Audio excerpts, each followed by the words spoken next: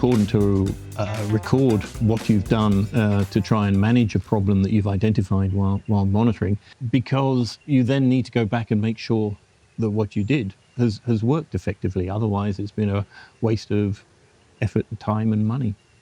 When you go back to check on how effective a management strategy has been, you need to also assess whether it's been fully successful, partially successful. And if only partially successful, then you need to work out why that is. And why that is might decide that you do another option to try and manage it. Or B, it could be that the management option that you decided on was the wrong one.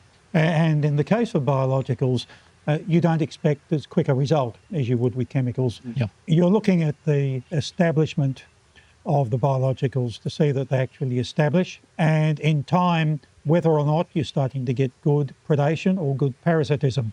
When you go back in to check whether a management option has worked, you need to go back to the same place that you'd spotted problems before to make sure that the problem has disappeared from there, but also check in a few other places to make sure it just hasn't moved away from that position.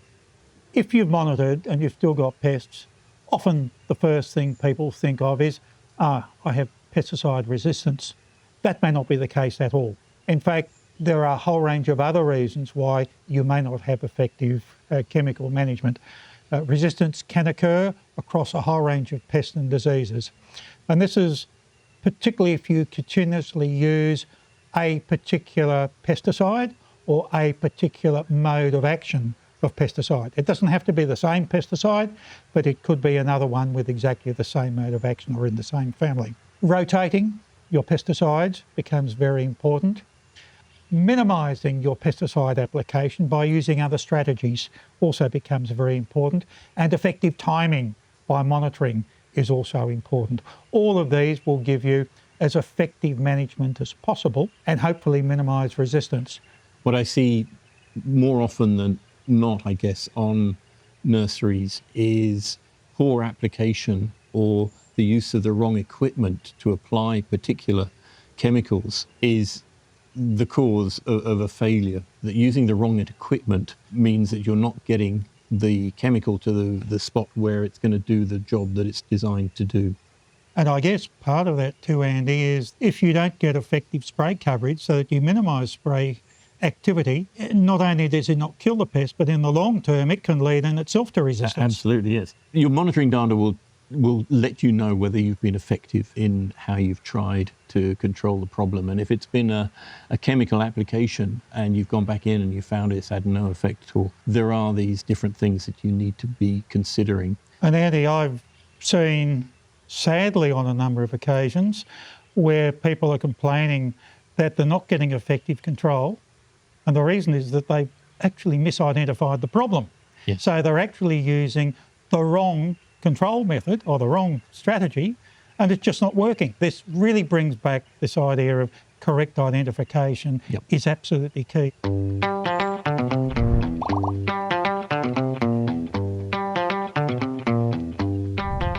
It's important not to be afraid of data. Compiling data and keeping it can be very useful. In fact, I'd be more concerned if I didn't have data. Making records while you're monitoring is really important. Usually just do that onto paper. If you actually record data and put it onto a computer through an Excel file or something like that, you can actually see trends developing over the season, over the year, and then if you keep it up, over several seasons. And that kind of information could be very useful to help you make preventative interventions or to change some growing habits that you have to save you the problem of actually having to spend money on an intervention. It also tells you where you should be monitoring. So if certain locations, for example, in a house or in a field, are areas where you always see the pest first, then of course that's the place you should be monitoring first in the season. So very, very effective for informing your optimising of monitoring. Recording temperature, humidity can be very helpful. And any other management practices that you undertake, whether this be, for example, herbicide application, or whether it be fertiliser use, all of these things can impact on plant health can impact on plant susceptibility to diseases, or in fact may even cause the disease themselves through deficiency or overuse. And I guess the other thing is that while there are pests or diseases that are quite regular, there are some that only occur every so often. It's really good, again, to have that sort of data to know that perhaps every 4 or 5 years or under certain conditions, you are likely to get this pest or disease reoccurring again. More broadly, rather than just monitoring for pests and diseases, I really do think there is an advantage in retaining useful data for decision making.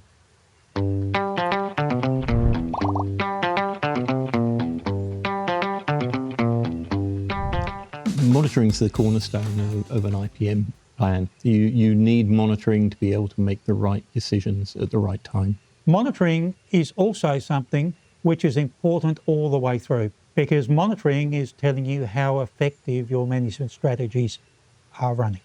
Relying on any individual strategy is fraught with danger, and particularly relying on chemicals is fraught with danger because you have problems of resistance, you have problems associated with human health, and you have problems associated with the environment. Once you've undertaken your monitoring, you then need to make a decision as to whether or not you need to intervene. In other words, have they reached a threshold where you need to undertake some management practice? So I guess that's the first step. Which one of those is obviously going to depend on what the pest situation is, what your situation is in regard to what particular stage of the crop it is, for example, and a number of other issues. And a lot of that will be based on your own previous experience. One of the other things to consider, though, is that there are a number of things that you should be doing prior to monitoring. And there are all sorts of preventative practices, biosecurity practices, quarantine practices, and so on, that are critically important to prevent the pests and diseases coming in the first place.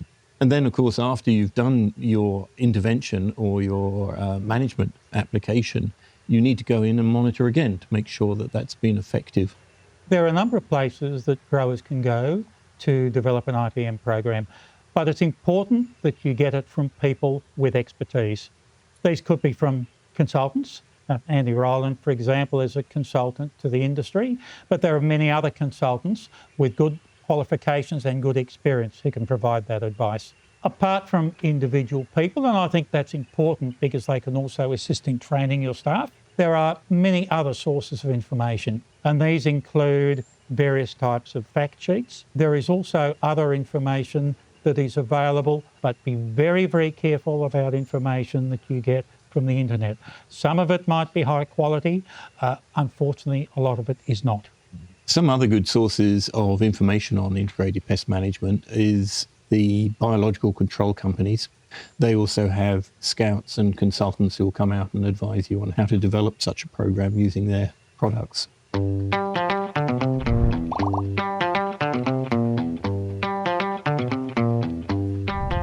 Well, collecting and storing data can be very useful over the short term and the long term to help you work out whether your decision making has been effective. And I think it also gives you the ability to integrate all of the methodologies together and to really see how they're working down the track. If you collect data over a number of years, it really starts to give you confidence in knowing what you're doing in terms of managing pests and diseases. Secondary monitoring, or monitoring after you've made an intervention or a management move, is also very important to be able to decide whether it's been effective, how effective it's been, or if you actually have to take a whole new approach to managing the problem. Apart from just monitoring for pests and diseases, putting together other information in your records. Monitoring is really the keystone of IPM.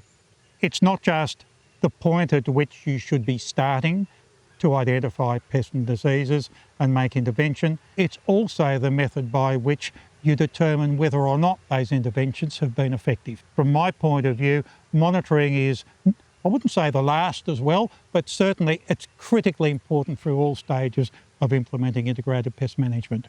And monitoring can be very detailed or it can be relatively simple, but having the basics written down and kept for posterity is really quite important.